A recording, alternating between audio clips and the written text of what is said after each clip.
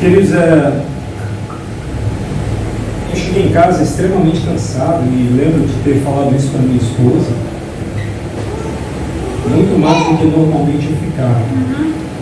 Ela era testemunha de como que a gente estava num ritmo.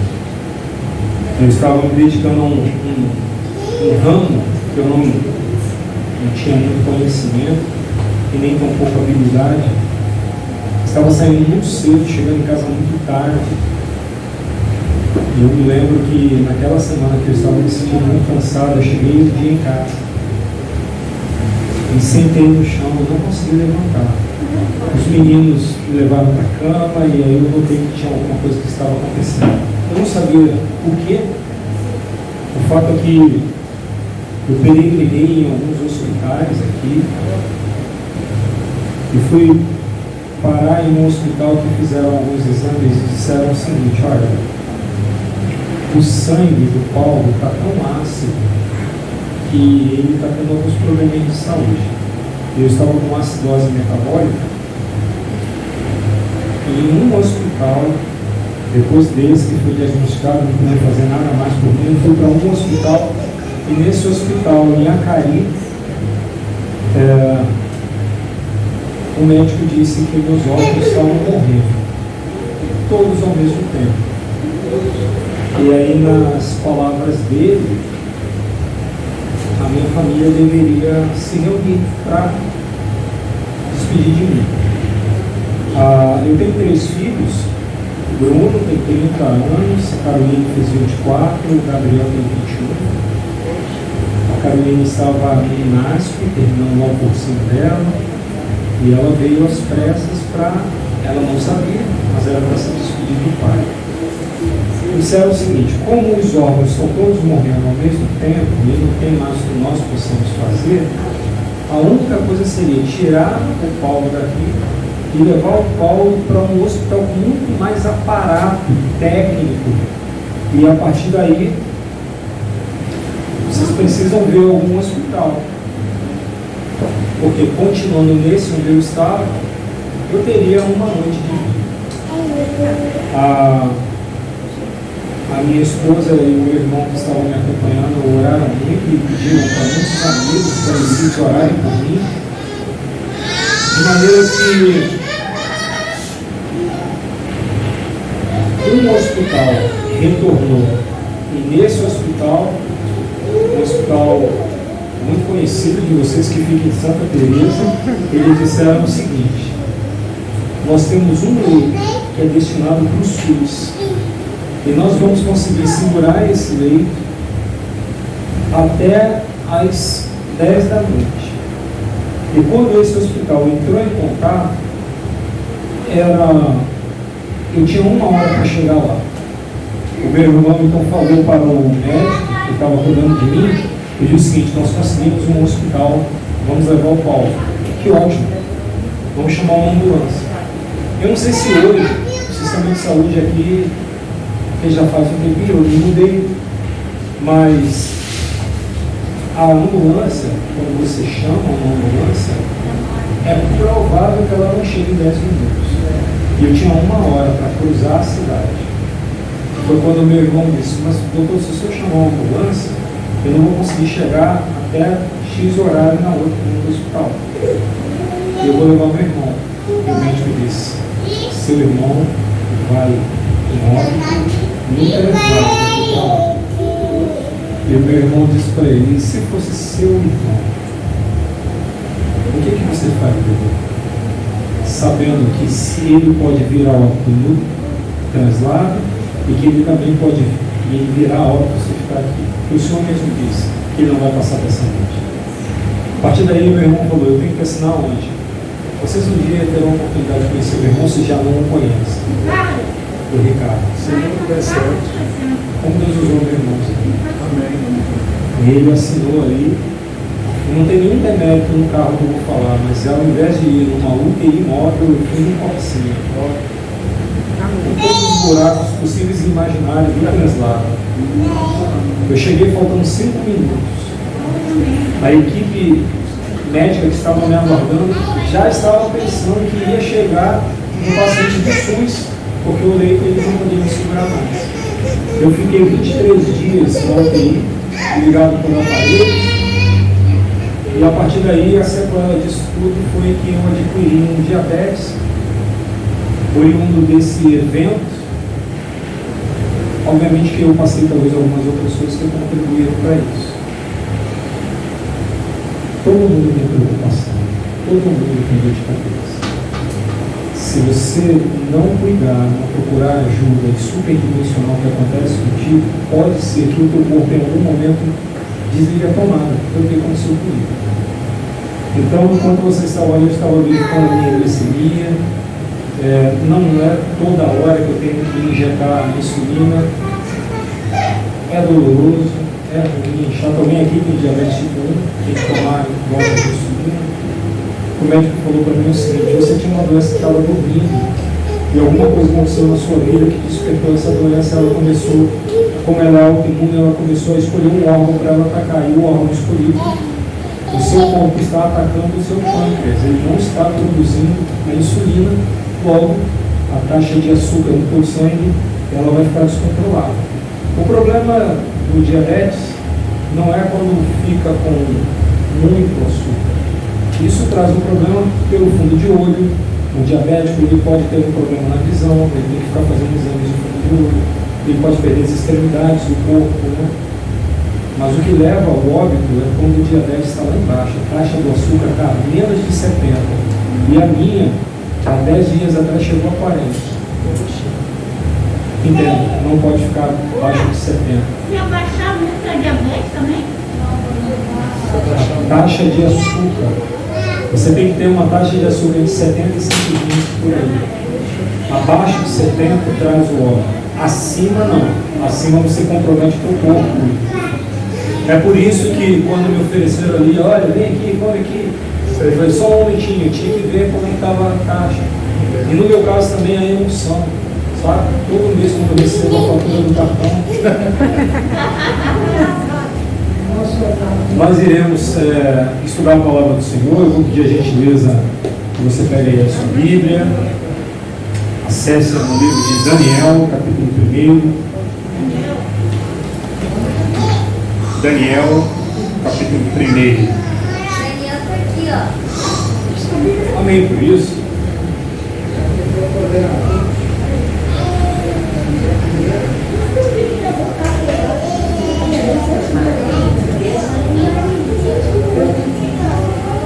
Vamos lá, irmãos. Livro de Daniel, capítulo 1.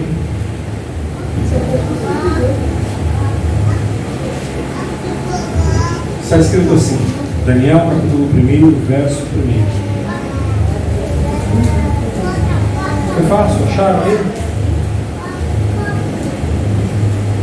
Está escrito assim: no ano terceiro do reinado de Jeoaquim, rei de Judá, veio Nabucodonosor, rei da Babilônia, a Jerusalém e a Sitiou.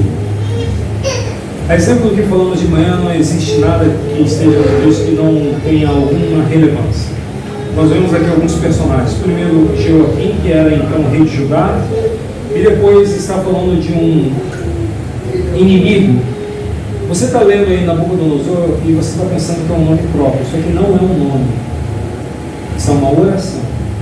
Nabucodonosor não é um nome próprio, é uma oração. Na realidade é uma transliteração do aramaico. Você sabe que a Bíblia foi escrita em grego no Novo Testamento? Em grego você tem grego nestre e grego koiné. O grego do Novo Testamento é o grego falado na rua, falado entre as pessoas, é o usual, o corriqueiro do dia a dia. E você tem o Antigo Testamento com o hebraico, e você tem algumas porções da Bíblia em aramaico.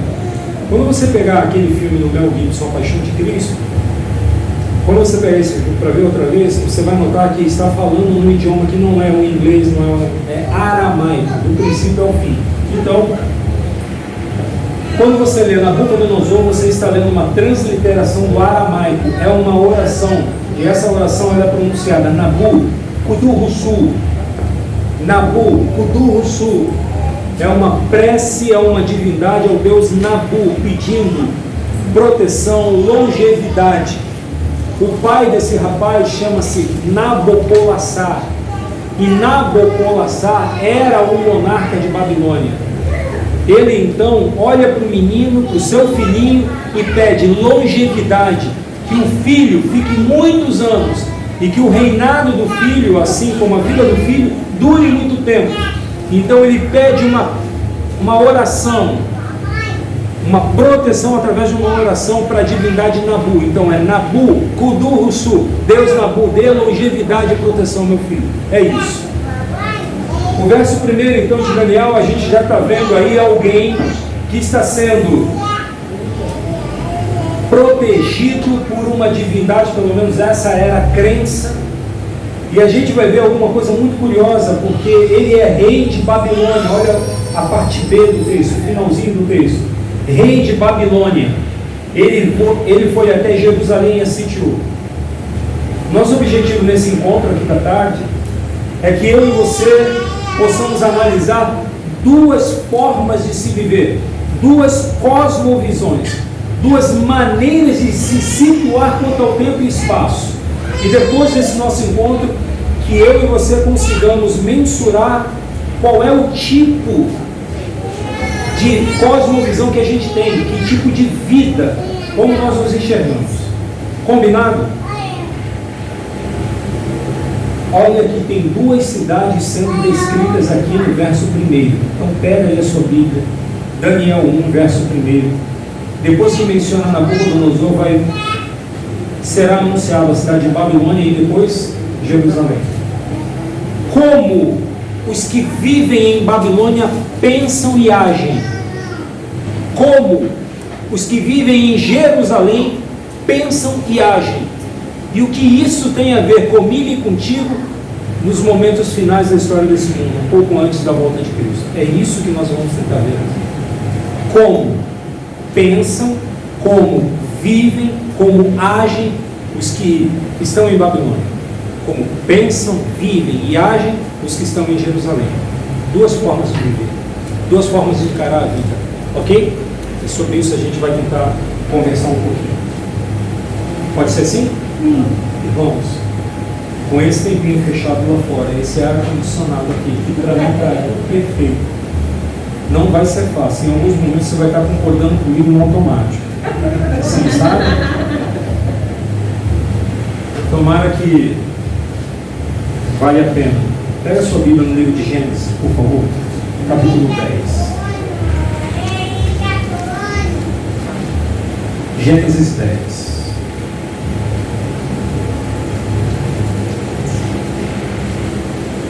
Fácil, né? Gênesis 10, vamos ler o verso 10. Vai falar aí do reinado de uma pessoa chamada Nimrod. Nimrod foi rei. Aí você vai ver aqui, ó, verso 10. O princípio do reinado de Nimrod foi Babel, Ereque, Acade e Cainé.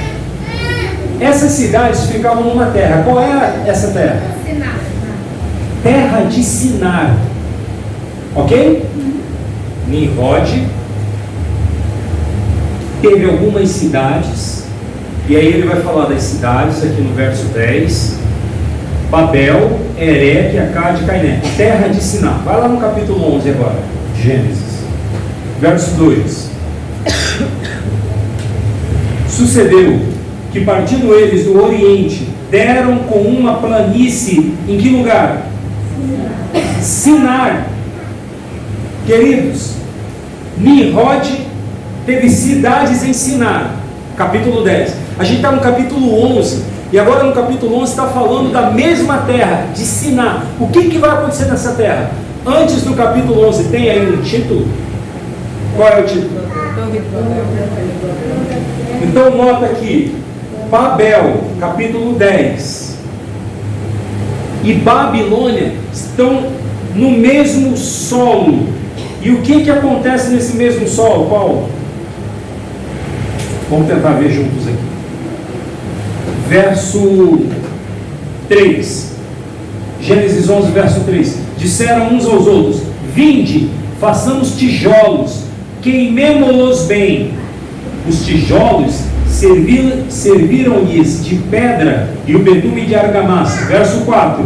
E disseram: vinde, edifiquemos para nós o quê? Uma cidade e uma torre que chega até onde? Até o céu. Para quê, irmãos? Para que tornemos... Vocês podem ler aí? Não acharam o verso 4? Uai, então vamos juntos. Vinde, edifiquemos para nós uma cidade e uma torre cujo topo chegue até os céus e tornemos o quê? Célebre o nosso nome. Então deixa eu dizer uma coisa para você. Tanto os de Babilônia, tanto esses que estão em Babel, estão na mesma terra. E essa terra, a maneira de pensar, a maneira de viver, ela é muito curiosa. Porque a maneira de viver é o seguinte: nós vamos fazer um empreendimento, desde que Deus não tenha nada a ver com isso.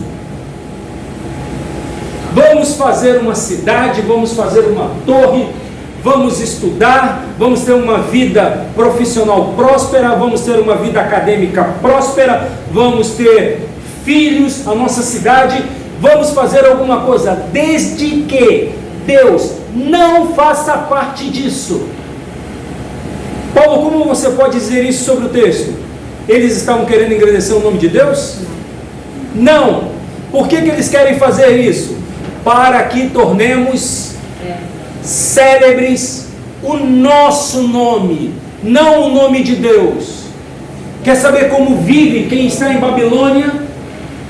Palmas para mim, likes para mim, views para mim. O mundo gira em torno do que eu quero, do que eu penso, do que eu assevero. Quer saber como vivem os que estão em Babilônia? Palmas para mim. Estou triste, porque não teve palmas para mim. A igreja não me escolheu como líder. Não é mais palma para mim. Estou triste. Não me escolheram para cantar no programa especial da igreja. Então não tem palmas para mim. Enquanto no centro da existência não tiver a Deus, estiver você, independente do teu nome estar no livro de alguma igreja, independente de você ter algum cargo na igreja, existem pessoas que têm o estilo de vida de Babilônia e querem fazer do lugar onde estão Babilônia. Não vai acontecer na igreja o que eu quero. Quem é o primeiro ancião? Sou eu. Quem é o líder do departamento? Sou eu. Quem é o pastor? Sou eu. Acontece o que eu quero, da maneira que eu quero, na hora que eu quero.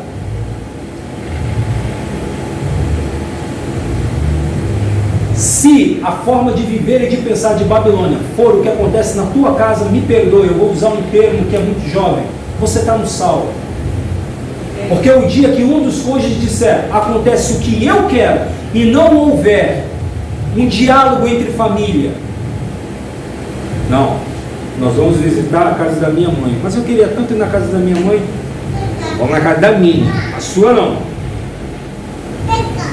O dia que não houver um consenso do que se fazer, nós vamos, esse fim do ano, visitar ou viajar para o lugar tal. É o que a família quer? Não, é o que um dos cônjuges quer. Pensa na tragédia de uma criança que não é ouvida. Ela não é ouvida, e porque ela não é ouvida, os pais pensam, como aquele casal é nosso amigo, é para lá que a gente vai. Espera aí, o casal é seu amigo, mas os filhos deles são amigos dos seus filhos? Porque se não forem, você vai estar no melhor lugar, que é para você e não para os seus filhos. E acredite, independente da idade dele, ele precisa ser ouvido também, porque é uma pessoa. E tem que ser bom para todo mundo, para a família, e não somente para aquele que trabalha, chega, coloca o salário e esfrega isso no rosto de toda a família. Isso é forma de pensar de Babilônia. A forma de pensar de Babilônia, palmas para mim, para que tornemos célebre nosso nome. É o que eu penso. E se a Bíblia está dizendo diferente de mim, fico com o meu pensamento, porque palmas para mim. Se o Espírito de profecia está falando alguma coisa diferente do que eu penso, a próxima vez que disserem para você, igrejas inteiras vão se perder dos seus pastores, porque o Espírito de profecia diz, faça como eu. Diz muito interessante esse texto. O que está escrito aonde mesmo, irmão? Eu não vai conseguir te dizer, porque Ellen White nunca escreveu isso. Mas na cabeça de alguns, além de ter testemunhos seletos, ela escreveu testemunhos secretos, que nunca se encontram onde ela disse certas coisas. E ao invés de ser corretamente compreendido a bênção que é o Espírito de profecia para a igreja de Deus no tempo do fim, algumas pessoas utilizam de maneira deselegante, para não dizer uma palavra talvez mais feia. É uma desonestidade intelectual, teológica. Você usar o Espírito de profecia como chicote para asseverar algumas coisas que você acha que ela diz. Mas sabe por que isso acontece em alguns lugares? Palmas para mim, para que tornemos célebre. Paulo, você quer dizer que esse estilo de vida não é bom? Se você ainda tem dúvidas disso, olha a motivação deles. Vamos nos estabelecer aqui em Sinar, vamos fazer uma cidade e uma torre que chega até onde? O céu. Você já viu isso antes? Você já viu essa forma de se viver? Subirei acima das mais altas nuvens e farei o quê? Para que tornemos célebres. Você está entendendo? É o meu nome. Ainda que eu tenha que tirar o legislador do trono na marra, eu vou tentar fazer isso. Já leu o Apocalipse 12, né?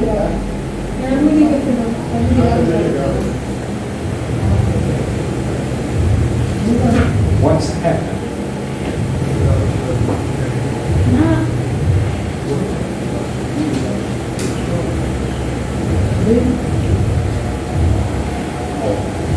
Ok?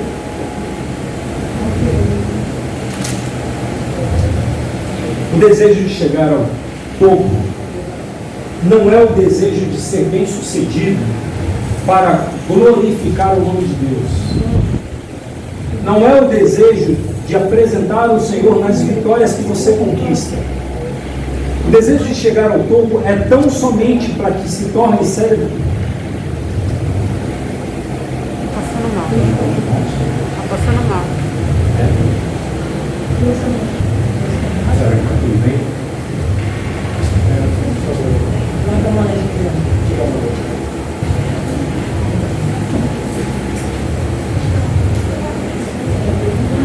Eu vou pedir a gentileza de que vocês abram a Bíblia de vocês no livro de Lucas.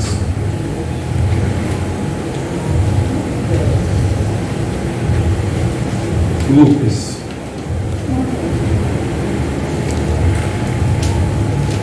Capítulo 24.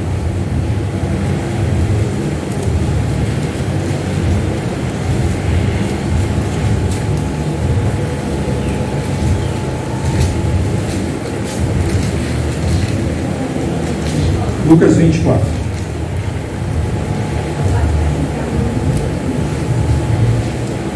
Acharam?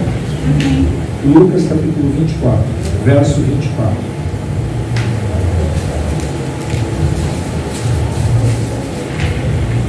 Está escrito assim: de fato, alguns dos nossos foram ao sepulcro. É isso? Desculpa, Lucas 22. Foi um lapso meu. Peço desculpas por isso. Lucas 22, 24. Agora sim. Isso. Vamos lá, está escrito: suscitaram também entre si uma discussão. E que discussão era essa? Quem será o maior? Modo de pensar de onde? Babilônia. Palmas para mim. O melhor sou eu. O melhor é meu filho. O melhor é meu emprego. O melhor é o meu time. O melhor sou eu. E tudo que eu digo que é melhor é o melhor. Palmas para mim. É muito curioso que esse tipo de pensamento esteja entre aqueles que estão caminhando com Cristo. Isso é muito curioso. Porque o fato de estar perto de Cristo não é a isenção do mal que campeia ao nosso redor. É por isso que Lázaro morre. Fica quanto tempo morto? 4 dias. Por que 4? Porque no pensamento de fora do povo de Deus, sobretudo no momento em que eles estavam como escravos no Egito, eles aprenderam que quando uma pessoa morre e essa pessoa tem bens, coloca os bens perto da pessoa. Sabe o que é pirâmide? É isso. Coloca os bens perto da pessoa. Por quê? Porque em até 3 dias ela pode retomar a vida e ela tem que ter todos os bens perto dela. Quando Cristo deixa 4 dias, do ponto de vista da crença deles, não tinha nada, não tinha possibilidade do corpo retomar a vida. É por isso que quando Cristo vai se encontrar, uma das irmãs diz o seguinte: chegou tarde. Já chegou tarde, já cheira mal, tinha que ter vindo antes. E aí Cristo diz: onde você depositou teus sonhos? Onde você depositou seus anseios? Está ali. Aí Cristo diz, você lembra, né? Tirem a pedra. Tirou. Ele vai fazer uma oração, não vai fazer uma oração? Depois que ele faz a oração, o que ele diz? Lázaro. Antes que você diga que foi um pleonasmo, por que Cristo usaria um pleonasmo? Subir para cima, descer para baixo, entrar para dentro, sair para fora? Não foi um pleonasmo. Foi um conselho. Porque depois que você recebe a vida que se foi tirada, você escolhe o que fazer com essa vida. É por isso que ele diz: Lázaro, tu estava morto, mas eu te devolvi a vida. Agora, por favor, não queira ficar onde os mortos estão. Venha para onde os vivos estão. Você entende? Não é um pleonasmo, não é sair para fora. É: Lázaro, te devolvi a vida, me deixe te dar um conselho. E você vai encontrar também no livro de Deuteronômio: eis que coloco sobre ti a bênção, a vida, e escolhe, pois. Você está entendendo? O Senhor propõe, é facultado a você escolher, mas Ele te ajuda na escolha. Então, para pensar que há pessoas que caminham com Cristo e escolhem. E esses que vocês estão vendo aqui, eles estão escolhendo algo muito curioso. Por isso que nós estamos em Lucas 22, 24. Eu vou pedir para você olhar de novo o texto. Suscitou também entre si uma discussão sobre qual deles receberia palmas para mim.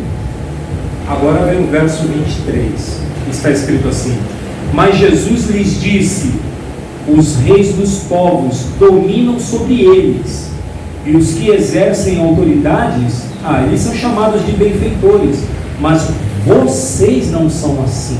Pelo contrário, o maior entre vocês, o maior entre vocês, a capacidade de servir torna alguém grande. Eu vou dividir com vocês um pensamento que não é meu, é do Mário Sérgio Cortella. O Mário Sérgio Cortella, ele disse o seguinte: a vida é muito curta para ser pequena. A vida é muito curta para ser pequena. Por que a vida é curta? Porque você não tem garantias sobre o amanhã. Quem garante que eu e você estaremos aqui às 10 da noite de hoje, ou ao meio-dia de amanhã, ou daqui a uma semana, um mês ou um ano? Nós não temos garantias. A luz da existência pode se apagar para mim e para você. Ela me pediu uma dica de texto para pregar. E eu falei, você quer falar sobre o quê? Eu tenho essa ideia, Paulo. Olha, esse conjunto de textos tem essa aplicação, esse conjunto de textos tem essa aplicação. Muito obrigada. Saiba que sábado, essa ideia que você me deu está ótima. Sábado, eu estava numa reunião, na parte da manhã. As madrugadas de oração estavam sendo lançado. E o telefone dela estava chamando o meu. Eu olhei, vi o identificador, não é possível. O que foi, Lívia? O que está acontecendo? E do outro lado alguém muito sério, que não era a Lívia, disse. Quem está falando é o Paulo? Sim. Mas, está tudo bem, Paulo, deixa eu te falar uma coisa. Eu falei, só um momentinho. Estava atendendo no meio de uma reunião. Fui para o lado de fora. Aqui, se não me falha a memória, da UERJ, alguma coisa assim, estávamos reunidos ali. Falei, o que aconteceu? E a pessoa me disse, hoje, a dona desse telefone ali acordou, escolheu a roupa com que viria à igreja, veio à igreja, era ela quem iria pregar. Ela cantou a primeira música do culto.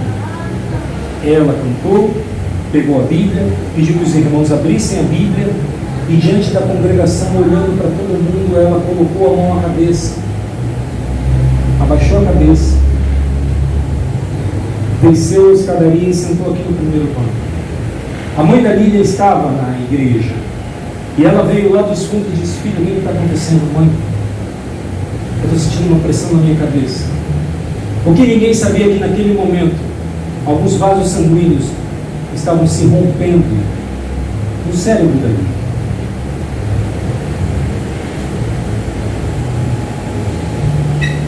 Pegaram o celular para ligar para a família e estava lá a última ligação, curiosamente, o professor Paulo, o amigo Paulo. O que você pode fazer numa situação como essa? A não ser orar. E foi isso que eu pedi.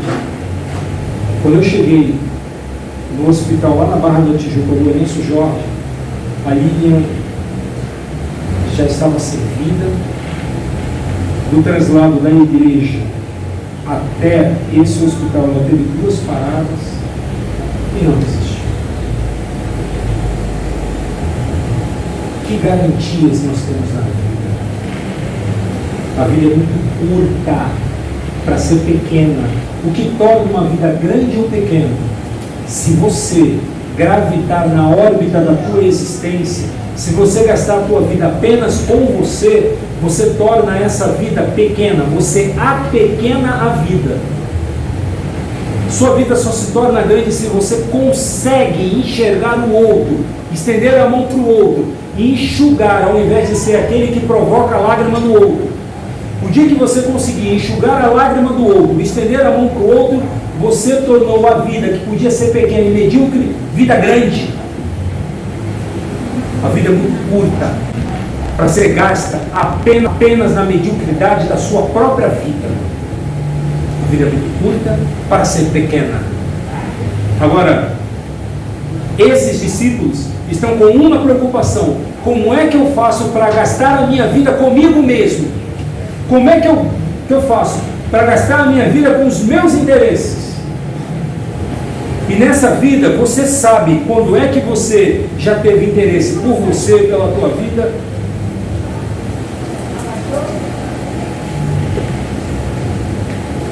Se preocupou com o outro, até com a casa de Deus. Cristo está dizendo aqui, irmãos,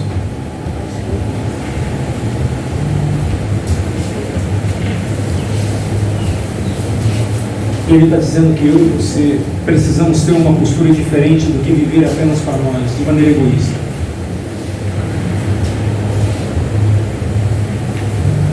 Quase nunca a pergunta como você está em busca de uma resposta verdadeira. Quase nunca a pergunta como você está, ela está em busca de uma resposta verdadeira. Porque nós temos medo de nos comprometer com aquilo que não é a minha vida, a nossa vida.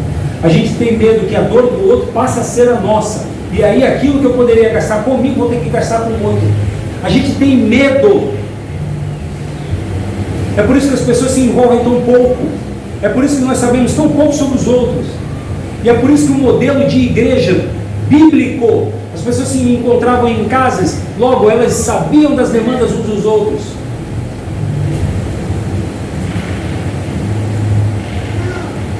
Olha o que Cristo está dizendo, irmãos, verso 27, nós estamos em Lucas 22, verso 27. Qual é o maior? Quem está à mesa ou quem está servindo? Porventura não é quem está à mesa? Pois no meio de vocês, olha o que Cristo falou, eu sou como aquele que serve. O que Cristo está querendo dizer é o seguinte: abandone a mediocridade da vida que vive em busca de likes, de views. Abandone essa mediocridade quando você posta uma coisa e fica ali com sofreguidão. Poxa, ai, tantos likes, ai, isso. Para com isso. Isso é não saber quem você é. Qual é a função de um espelho? Se você está à frente de um espelho, e se esse espelho não for côncavo, esse espelho terá que reproduzir a imagem tua, como você é. Mas se ele for côncavo, você vai olhar para o espelho e você vai parecer mais alto do que é, mais magro do que é, mais larguinho do que é. Por que é que nós temos que ficar procurando em espelhos, a maioria côncavos? Diz para mim quem eu sou. Reflete uma imagem real de quem eu sou em espelhos côncavos. Você sabe quem é que pode refletir a imagem real sobre quem você é? O dia que você quiser saber quem você é, vá até o Senhor e diz: Senhor, quem eu sou? Ele vai dizer: tu és o filho amado, em quem me compraste. Você só pode saber quem você é quando você vai até o Senhor. Porque se você não for até o Senhor, você vai viver a vida inteira imaginando que você é o centro de tudo. Logo, palmas para quem? Palmas para mim. Prevalece o que eu quero, prevalece. Porque se eu não vou até o Senhor, eu não posso dizer palmas para Ele, eu não posso dizer glórias ao nome dEle. Palmas para Ele e glórias para Ele, independente de onde você estiver ou do que estiver acontecendo. Eu já tive a oportunidade de subir um púlpito várias vezes na minha curta existência. Você acha que todas as pessoas que sobram no púlpito são isentas de problemas, de dificuldades? Acabei de dizer para você que um médico falou para minha família que eu tinha uma noite de vida. Você lembra que eu disse isso para você? Que o médico chegou e falou o seguinte: reúne, porque esse rapaz não vai passar dessa noite. Eu disse para você que a minha filha transpôs de São Paulo até aqui 6 horas de viagem, ou 7, não foi a memória, para poder se despedir do pai. Fiquei 23 dias no leito, ligado a máquinas. Do ponto de vista humano, não era para eu estar falando com você. Do ponto de vista médico, segundo a literatura, alguém que está com falência múltipla dos órgãos, que todos os órgãos estão morrendo, essa pessoa não tem como voltar, é muito raro. Glória a Deus. De 117 quilos, esses 79 quilos que eu tenho hoje, atestam que há um Deus.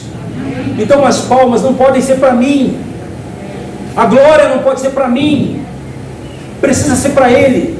Como que pensa quem mora em Babilônia? Como vive quem está em Babilônia? Sábado é muito longo, então deixa aqui eu ver as minhas postagens. Qual o problema? Sim, não tem problema nenhum, porque as palmas são para você.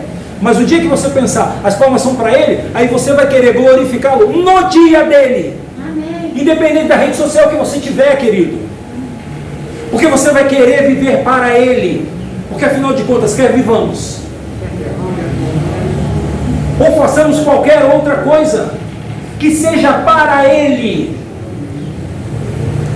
Nossa, que carrão, hein, mano? Eu sei escolher. Que carrão, hein?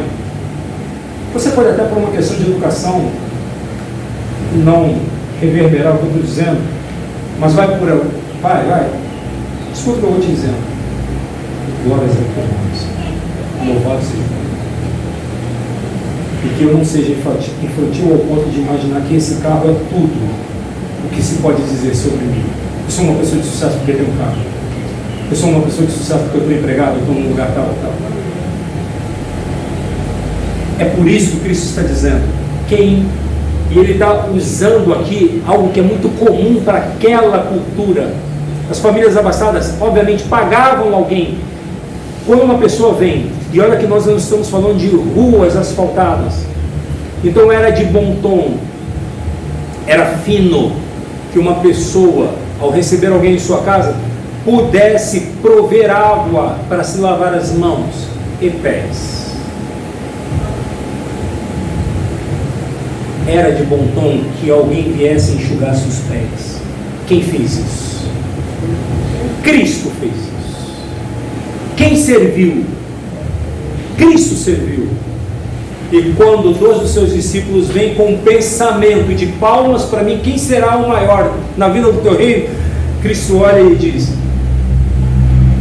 existem algumas coisas que os que estão muito longe vão fazer, mas vocês não são assim. É isso que precisa. Vocês não são assim.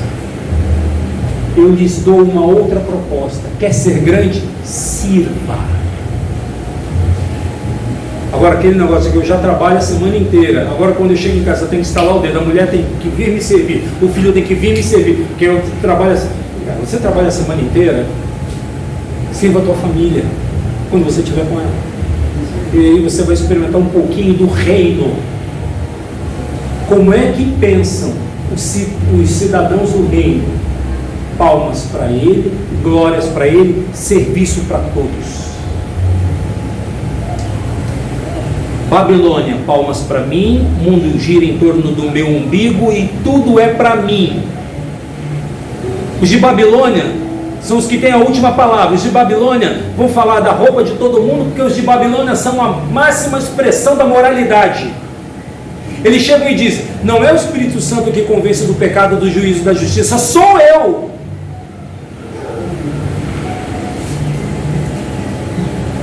Babilônia e Jerusalém, os habitantes da Jerusalém espiritual dão glórias ao nome do Senhor e entendem que se tiverem de fazer alguma coisa, a parte do amor é melhor que não faça, porque o estrago é imenso. Você pode muito bem falar com uma pessoa e pontuar algumas coisas para essa pessoa com mansidão e com amor, ou você acha que não pode? Ou você talvez não consiga. Porque você não precisa colocar o dedo no rosto de ninguém e nem usar de uma pseudo autoridade para olhar as pessoas de cima para baixo. Você não precisa. Cristo não fez isso. É por isso que ele está fazendo aqui uma proposição, e essa proposição é diametralmente oposta à proposição desse mundo. Na proposição desse mundo, deixa eu dizer uma coisa para vocês: quem tinha dinheiro na época de Cristo, quando saía de casa, você sabia que contratava um músico para andar com ele? Por quê? Porque se encontrasse uma viúva, se encontrasse um órfão e desse ajuda, não poderia dar ajuda sem que antes o músico tocasse. O olhar de todo mundo se voltava. Aí sim, você pode ajudar. Isso era tão comum que Cristo vai dizer: o que a tua mão direita fizer. É por isso que Cristo no templo vai chamar os discípulos e falar assim: prestem atenção, vocês vão ver uma coisa, eu não quero que vocês esqueçam nunca mais. O que? Olhem aquela senhora, ela levantou do lugar, ela está vindo, ela vai doar, ela doou, só que a doação dela não é socialmente aceita. Sabe por quê? Porque ela não conseguiu dizer palmas para mim dentro da igreja. Cristo está propondo uma outra coisa, muito mais revolucionária. Eu quero chegar ao fim do nosso encontro mostrando para você uma coisa. Nós estamos em Lucas. Vai ali em Mateus. Vai aí, Mateus. Capítulo 20.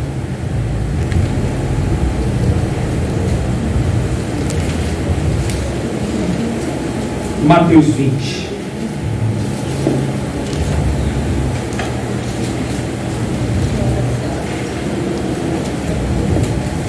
Mateus 20.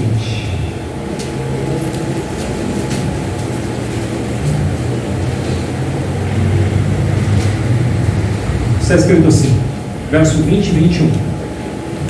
Mateus 20, verso 20 e 21. Então, se chegou a ele a mulher de Zebedeu com seus filhos. Mateus 20, verso 20 e 21. Se chegou a ele a mulher de Zebedeu com seus filhos e adorando-o, pediu-lhe um favor. Que favor, Paulo? Verso 21. Perguntou-lhe ele, o que você espera de mim? Talvez seja a pergunta de Cristo para mim e para você nessa tarde. Está esperando o quê? O que você aguarda de mim? E olha lá. Ela respondeu, manda que no teu reino os meus 2 filhos se assentem, um à direita e o outro à esquerda. Mestre, no teu reino, que as palmas sejam os meus filhos. Palmas para mim, palmas para minha família, palmas para os meus filhos. Está andando com Cristo, está perto de Cristo. A Bíblia diz que antes que ela peça, o que a Bíblia colocou aí? O que ela tentou fazer?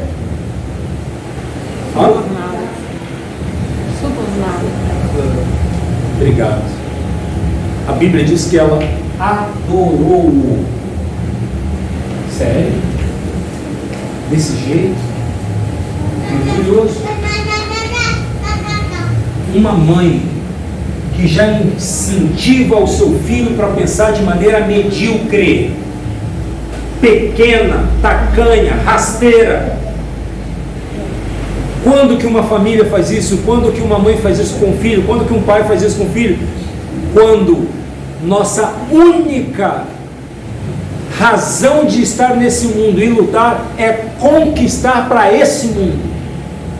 Quando nossas conquistas forem só para esse mundo, lembra o pensamento de Mário Sérgio Cortella? A vida é muito curta para ser pequena. Se você só vive para conquistar aqui, tuas conquistas nunca irão engrandecer o nome do Senhor, porque as palmas sempre serão para quem? Para você. Uma mãe fazendo isso, será que esses meninos vão seguir esse conselho? O que vocês acham? São discípulos de Cristo, Marcos 10, abre aí tua Bíblia.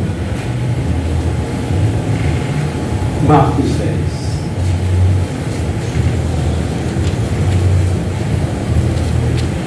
(35 a 37), Marcos 10.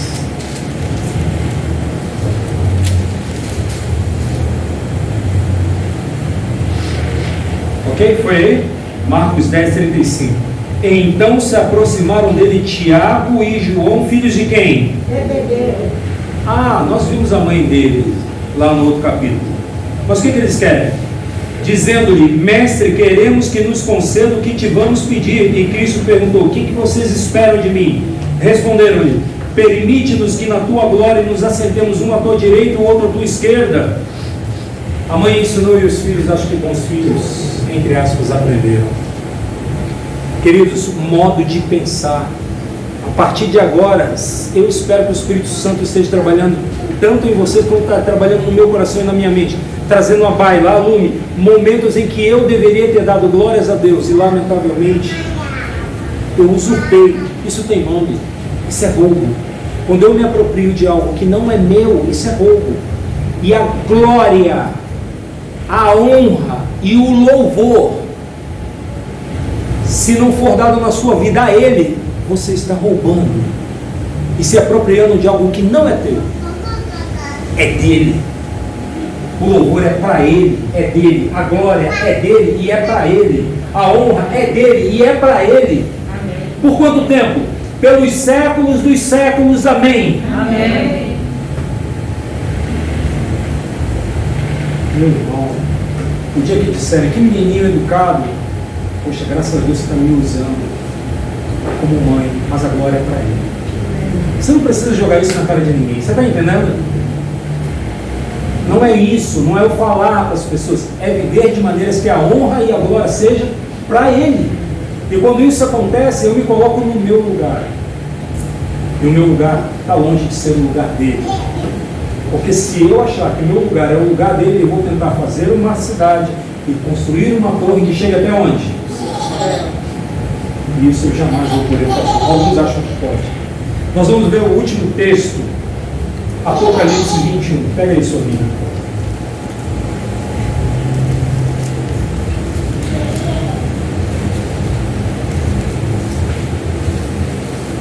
Apocalipse 21.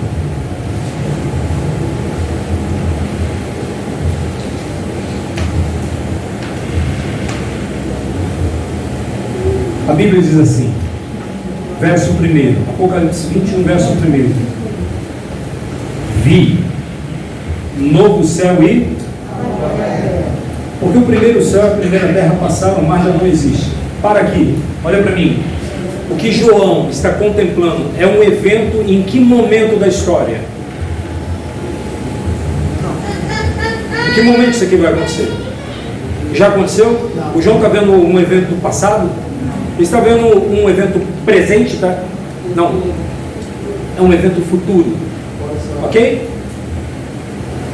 Vi novo céu e nova terra. Um evento futuro. E nesse evento futuro, está sendo apresentado para ele tudo o que vai acontecer. Isso é um tremendo privilégio. Verso 12. Tinha a cidade que ele está vendo, grande e alta muralha. Tem também o que? 12 o que? Portas. E tem junto às portas o que? 12 anjos. E sobre elas nomes escritos, que são os nomes das 12 tribos dos filhos de Israel. Verso 14. A muralha da cidade tinha 12 fundamentos. E sobre os fundamentos, o que ele viu escrito? Eu vou te dizer o que ele viu escrito. Ele viu escrito o nome dele. É isso que ele viu escrito. Alguém que passou a vida inteira dizendo, palmas para mim. A minha mãe pediu palmas para mim. Eu já te pedi palmas para mim.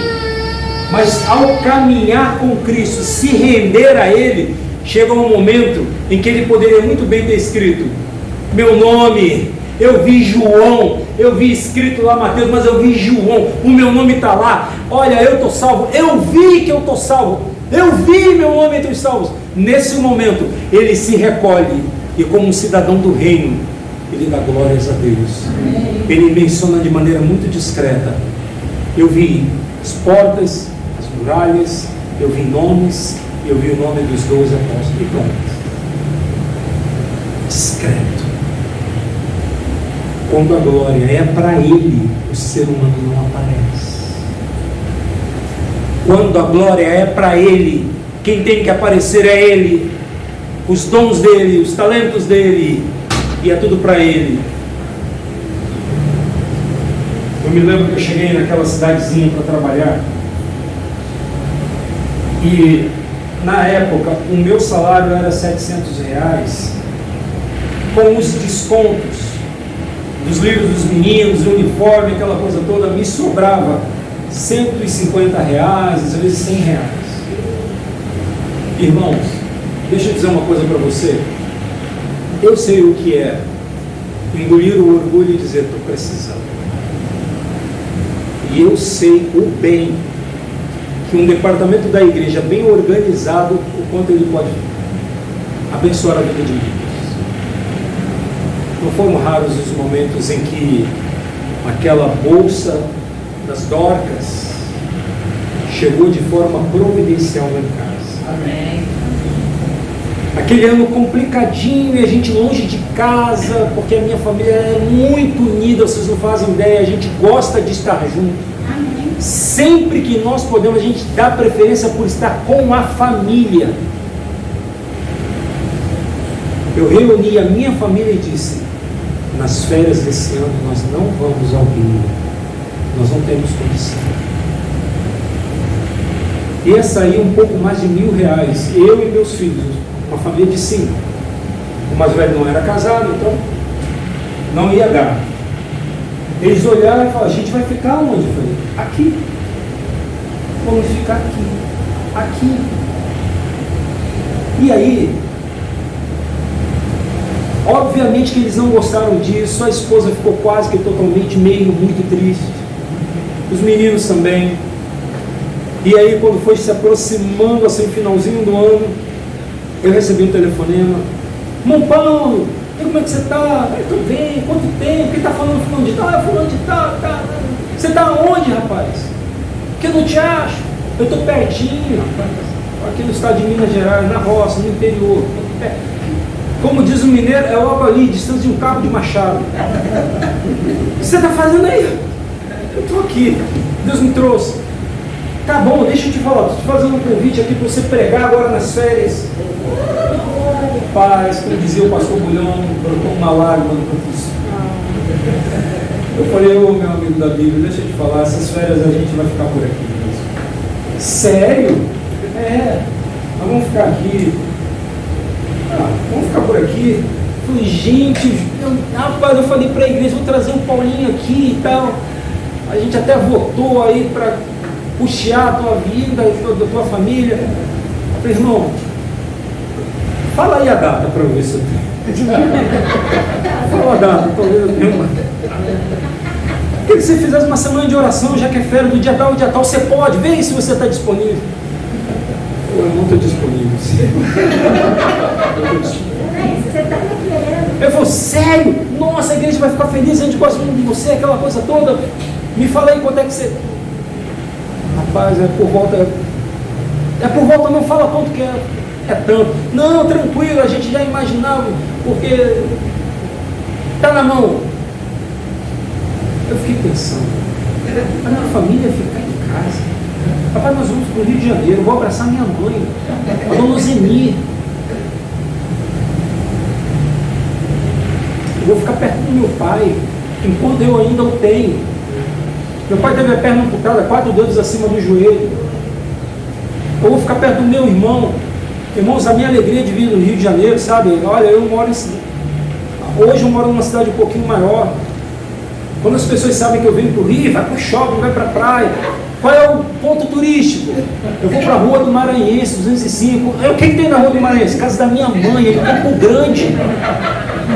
Rua do Maranhense, 205, é para lá que eu vou. Você vai tirar selfie? Vou tirar selfie da Rua do Maranhense, 205, você não está entendendo? Eu estou indo para ficar com a minha família, com gente da minha... sangue no meu sangue. Para deitar no sofá com a cabeça no colo da minha mãe. Para ver meus sobrinhos entrando e correndo por uma porta e por outra. É isso. É isso. Qualquer coisa é só um detalhe. Eu venho para ficar com eles. Eu tenho 3 filhos, eu tenho minha esposa. Por que eles não estão aqui?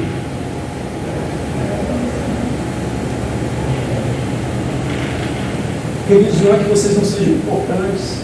A gente fica muito tempo longe da minha parentela. Eu estou num lugar que eu não conheço ninguém. No momento que eu posso, eu abraço, eu grudo. Porque eu já sepultei muitas pessoas, infelizmente eu já fiz muitos serviços funerários. Eu já vi pessoas se jogando. Fala comigo, eu não te perdoo, vem, por que você está fazendo isso com a família? Você tem que ir lá, por favor. Eu sei o que é isso. Eu ainda tenho meus pais vivos. Amém. Eu ainda tenho meus irmãos. Amém. Meus sobrinhos. Amém. Minha esposa ainda é viva e meus filhos também. Amém. Isso para mim é muito importante. Quando eu olhei para minha família e vi a felicidade deles, naquele momento, queridos, eu tive que repreender Satanás.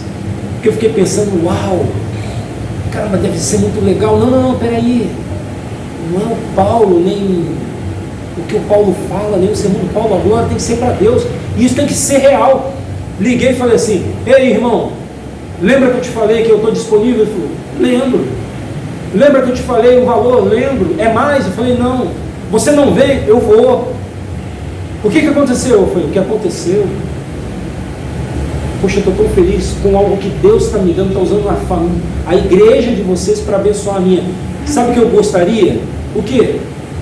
Eu gostaria de doar um pouquinho mais, além desse momento do culto. Então, que horas que começa o culto? 8 da noite.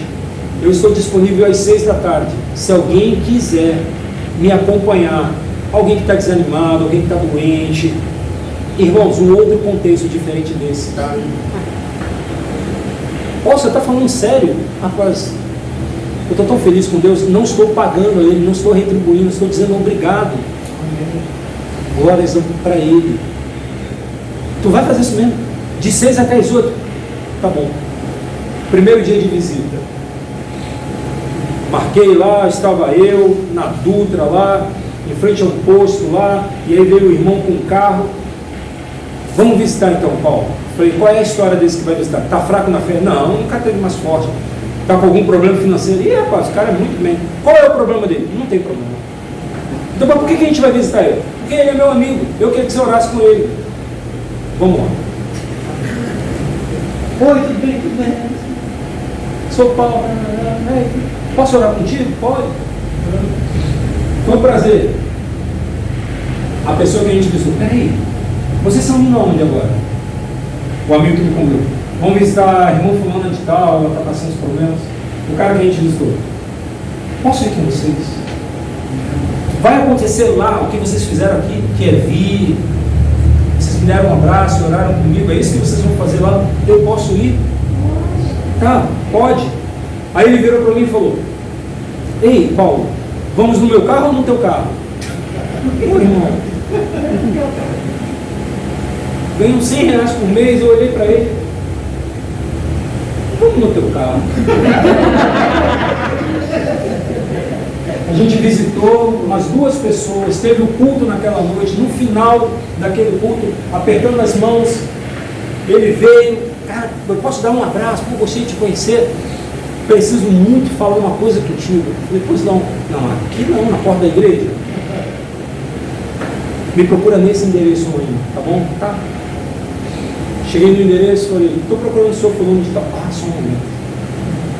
Ele veio, eu olhei o ambiente, ele veio e falou assim, oh, que bom que você veio, cara, obrigado. Você está vendo isso aqui?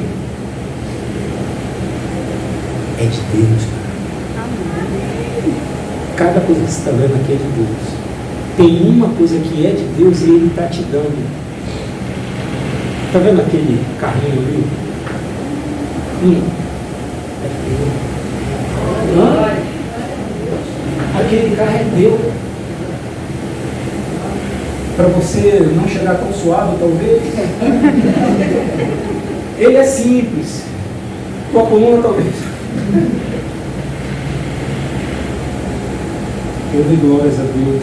Não foi palmas para mim. Eu encontrei uma pessoa com algumas concessionárias que fala assim, não, algumas lojas. E aquela pessoa tirou, eu falei, não posso aceitar. Ele falou, você não tem carteira? Eu falei, tenho. Por incrível que pareça. Eu tenho, porque eu tive um Fusca. Ah, então tu tem um carro? Eu falei, não, o Fusca queimou. Acho que eu já contei isso para você. O meu Fusca queimou. Comigo, com a minha família. Glórias para Deus. Poxa, um pouquinho de tempo mais, ao invés de... Eu vou curtir a minha família, mas glórias para Deus. Não fiz isso dizendo, Senhor, se eu dedicar 2 horas, faz aí um milagre para mim, alguma coisa, ajeita a minha vida. E eu encontrei uma pessoa que pensou da mesma maneira e falou, glórias para Deus. Ah, Paulo, ele tem muitos carros, mas faz falta. Para mim faz. O modo de pensar de Babilônia. Tornemos sério o nosso mundo. O modo de pensar dos habitantes do reino. Tornemos sérios o nome do Senhor. E aquilo que Ele faz. E a glória é para Ele. E a honra é para Ele. E ainda que o nosso nome esteja escrito lá. E a certeza da salvação, mesmo assim, não é por nossos méritos, é pelos méritos dele. Amém. Glórias ao nome dele, méritos dele, louvado e seja para sempre o nome dele. Amém. Que eles continuem firmes, aguardando o surgimento das nuvens, do autor e consumador da nossa fé. Amém. Daqui a pouco o ministério indo para Campos, mas antes eu vou dar um abraço na minha mãe. Um beijinho no meu velho pai, que conta as mesmas histórias. Sempre as mesmas.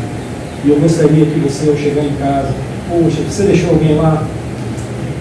Quando chegar em casa, dá um abraço lá. A pessoa fala, o que foi? Quer dinheiro emprestado? Eu falei, hoje não.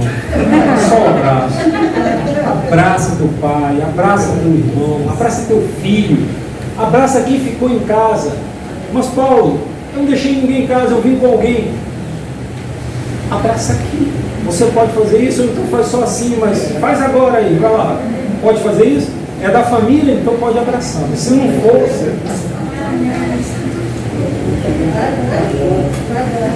meu abraço daqui a pouco eu descer. No mesmo que estava teu pai ainda, fala pro Ricardo, da irmã Terezinha, mandou um beijo pra ele, pra Fernanda. Vou pensar nisso. Só se me cumprimentar. Irmãos, Igreja de Bento Ribeiro, foi um prazer ter estado com vocês. Obrigado pelo carinho. Eu vou levar boas recordações de momentos que ficamos. Me perdoe por não ter dado mais atenção ali no almoço. Eu precisei cuidar um pouquinho da saúde. E eu espero levar, além do carinho de vocês, um pedaço daquele bolo de banana. Tá bom? Rapadura que a Jaqueline botou aqui. Podemos orar? Você se importa, fica em pé.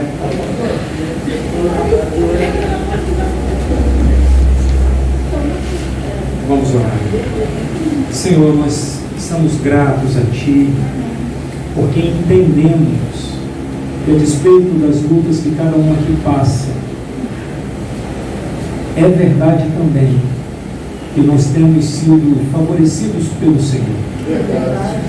Nós temos um teto, independente de ser próprio ou alugado, de estar em boas ou condições não tão boas, mas nós temos um teto que nos protege da chuva, do vento e do frio. Obrigado. Pai, o nosso prato não ficou vazio. É verdade que em muitos momentos não era exatamente aquilo que nós gostaríamos de comer, mas não tem faltado nem para nós, nem para os nossos próximos. É verdade também que, se for necessário, o Senhor vai enviar corvos. Obrigado. Não é sorte. Obrigado. Não é nossa força. Obrigado não é nossa linha de crédito, não é o gerente do nosso banco, não é o nosso familiar. Obrigado, porque sempre foi o Senhor nos amparando. Obrigado, Senhor. Sempre foi o Senhor nos conduzindo. Sempre foi o Senhor preocupado com o nosso bem-estar. Então, por favor, aceita. Glórias ao teu nome. Amém. Louvado seja o Senhor por tua bondade e por não ter nos descartado. Sim, Pai, existem pessoas que se cansam muito rápido umas às outras, que passam de maneira atabalhoada pela vida uma da outra, que machucam, que ferem. E obrigado porque o Senhor é aquele que sempre permanece, Amém. que sempre está interessado em nós, Obrigado. que sabe tudo o que acontece no tecido das nossas emoções, sentimentos e pensamentos. Glórias ao teu nome. Obrigado, Senhor. Obrigado por nos trazer até aqui. Nós não temos dúvida. Vai ficar mais difícil essa vida, mas o Senhor vai continuar até que do alto nós possamos ver o surgimento da glória do autor e consumador da nossa fé. Que o Senhor nos abençoe e nos guarde. Que o Senhor faça resplandecer o seu rosto sobre nós. Que o Senhor tenha misericórdia de nós. Que o Senhor sobre nós levante o seu rosto e nos dê a paz. Em nome de Jesus. Amém.